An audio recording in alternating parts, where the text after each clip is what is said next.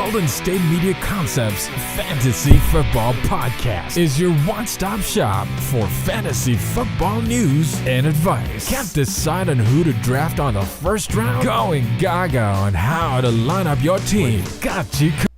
Traditional leagues, Dynasty League, PPR League, IDP League, even Daily Fantasy Football League. Join us as we break down all the questions of fantasy football. It's the Golden State Media Concepts Fantasy Football Podcast.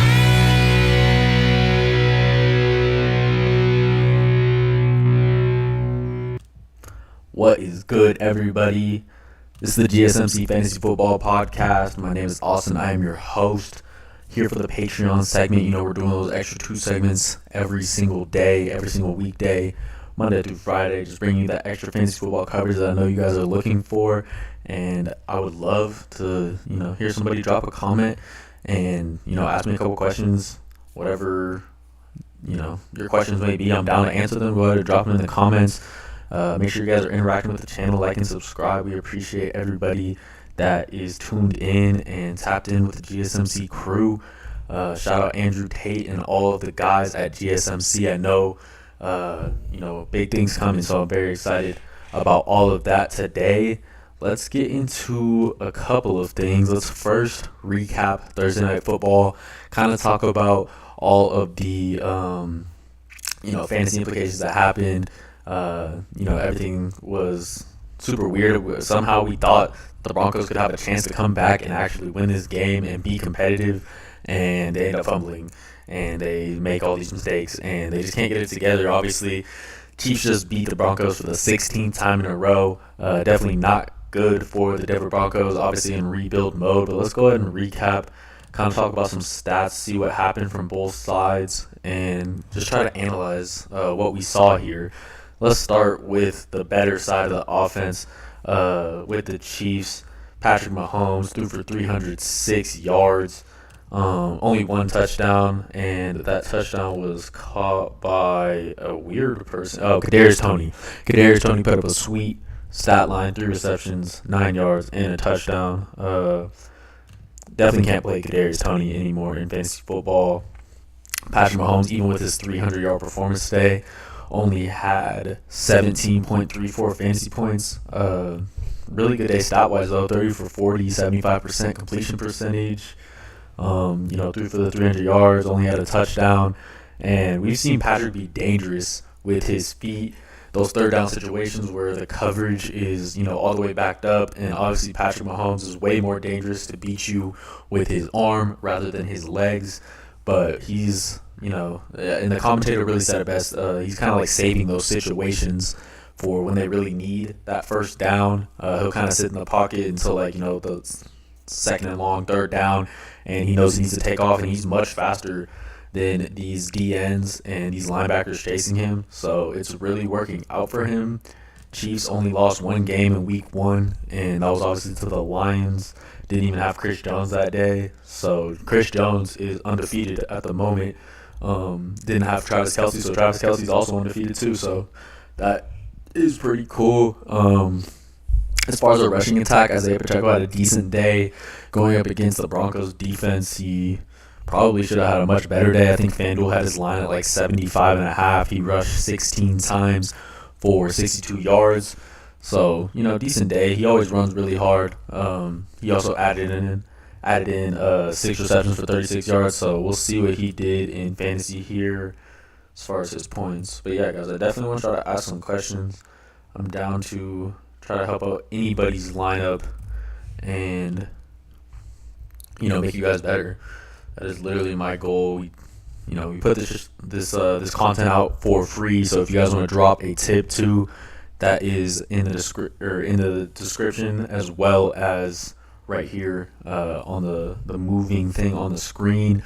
We got Isaiah Pacheco putting up 15.8 fantasy points this week, so definitely good. We also saw a pretty decent day from Rashee Rice. It seems that he's going to be that wide receiver 1 behind Travis Kelce. Obviously, Travis Kelce tight end, but more playing in the slot and even out wide sometimes. But Rashee Rice seems to be the second best target for this Chiefs offense. So definitely would recommend picking up Rashee Rice. We know that Mahomes is going to constantly get his yards, and it's just, who's he going to throw to? And apparently we know Travis Kelce's always going to get the targets, and it seems like Rashee Rice is efficient with his catches. Only had 4 targets, but caught all 4 for the 72 yards that he had. He had a really Allen nice Service can fix all of your AC, heating, plumbing, and electrical needs. I think it was like 3rd and 20 or something like that, and they just got backed up with a penalty. Rashee Rice definitely has some burst in his legs. He's like tall and strong. Ricky out of Ole Miss, I believe, definitely like his upside, and it looks like he's getting more work than Sky Moore, Marquez Valdez-Scantling, who up to this point in the season was playing 65% of the snaps, only had 1 target today. Kind of surprised about that. I was hoping that he would be a lot better. And I actually just picked up MVS in my fantasy league, thinking that, him playing that many snaps and being tall, fast, athletic, that he would be better. But only 1 target today, so that's definitely disappointing. Let's move up and over to the Broncos, who did not do anything well today on offense, truthfully. Javonte Williams was their lone bright spot today in Arrowhead, and they are 1-5 right now. I think you can throw the season away for the Broncos at the moment. They're going to still have to play against guys like, the Chargers. I don't see them beating the Chargers at any point. Maybe they can beat the Raiders in their next matchup, but they already lost to them. They have to play, a bunch of really good teams. I actually want to check out their schedule before we dive into their offense, because I think this season is washed at the moment. They're going to go play Packers, and then they got to play the Chiefs again in 2 weeks. Then the Bills, Vikings, Browns, Texans. I see them losing most of those games, unfortunately. So maybe we, as the Broncos, me being from Colorado, we just tank for Caleb Williams, and I'll get the jersey immediately. I love Caleb Williams. He showed out in that comeback win that he had the other day, getting the 2-point conversion that won. How about the Broncos tanking for Caleb? I think that's a good idea, because Russell Wilson threw for a total of 95 passing yards today. 95 total, 13 for 22. Really, really bad situation for him. He also got sacked 4 times, and his QBR was 10. Obviously, you guys know QBR. Effectively, like the highest you can go is 158.3, and 10 is really, really low on that scale. So very bad. He also threw 2 interceptions. At least 1 was a tip ball that wasn't necessary. Or I think 2 of them were tip balls. So technically not really his fault, but he's just got to be making better decisions out there. It's not like he's weaponized with all of these amazing weapons, and his weapons were not really doing anything today. Cortland Sutton led the way for the receiving core with 4 receptions, 46 yards, and a touchdown. He had a really sweet one-handed touchdown that they almost tried to not give him, and they ended up having to do that. The second best guy for the Broncos, 16 yards on 2 catches, Samaje Perine, then Jerry Jeudy, 3 receptions for 14 yards.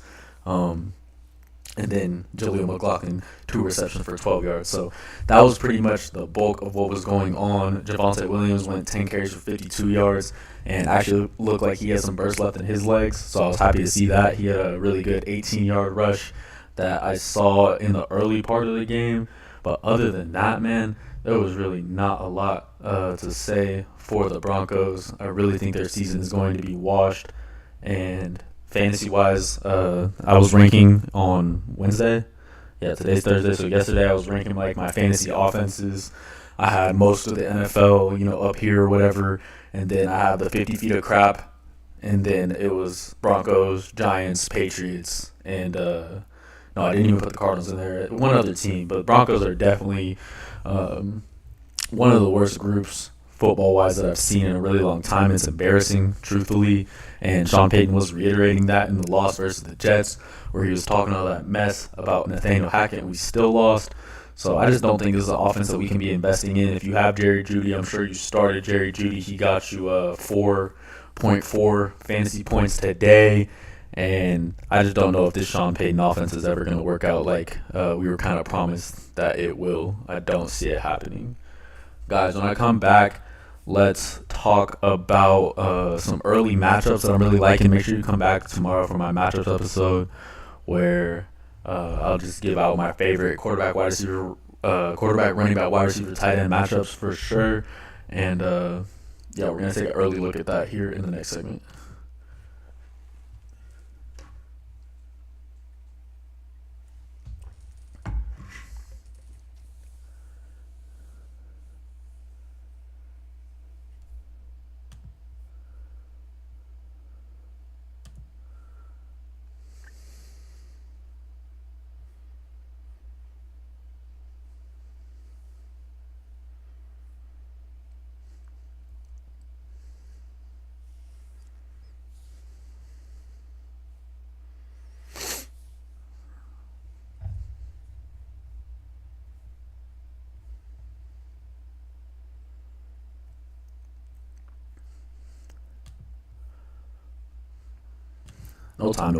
No time to waste, ladies and gentlemen. We're back in the Patreon segment.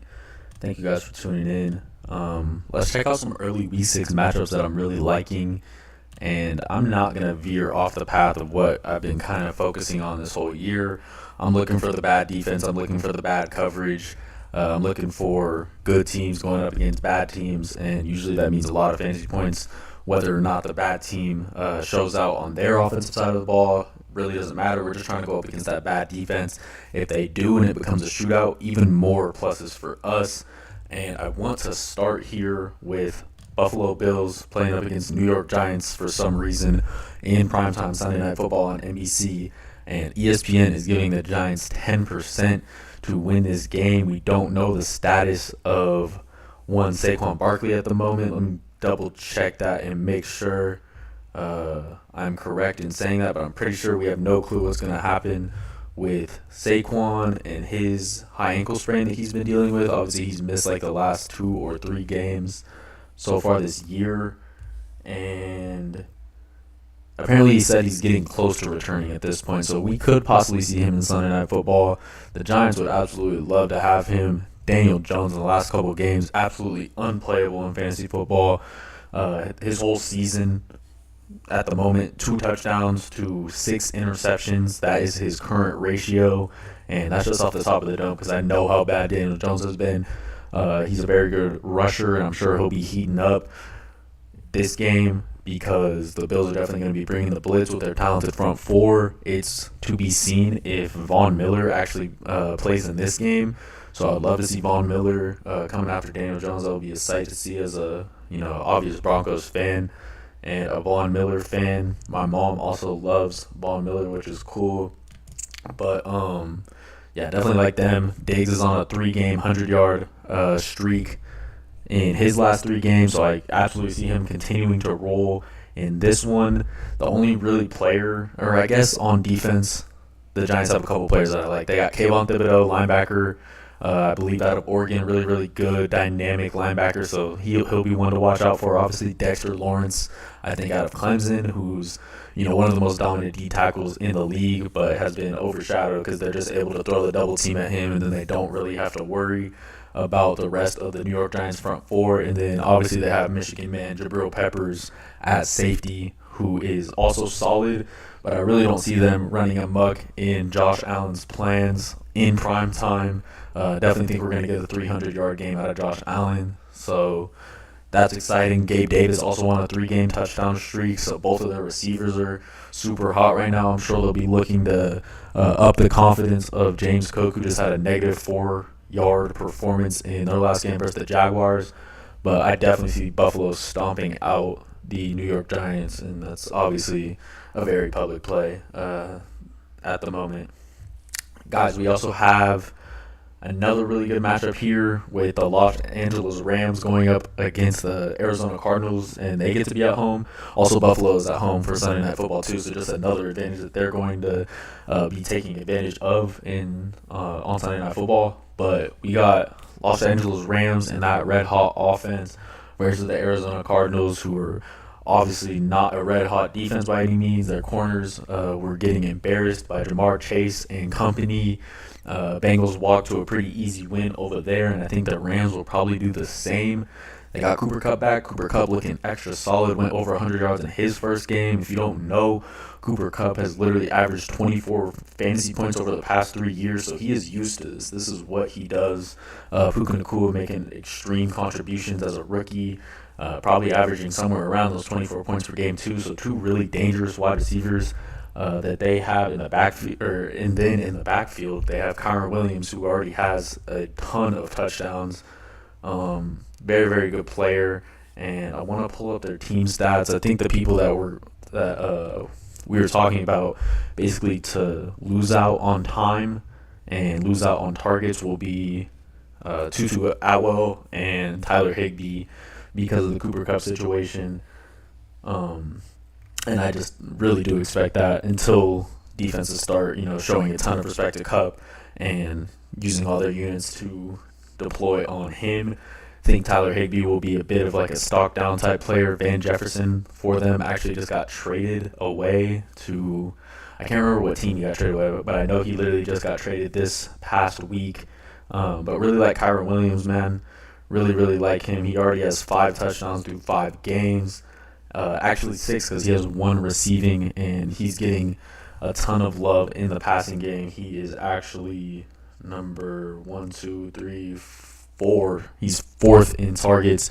He was ahead of Van Jefferson in targets, which honestly makes sense that you get Van Jefferson out of that situation. Still a talented wide receiver, but I definitely do see the Rams having a really good day. On the other side, the Cardinals could also have a decent day, with the Rams being the PFF's ranked worst coverage in the entire league.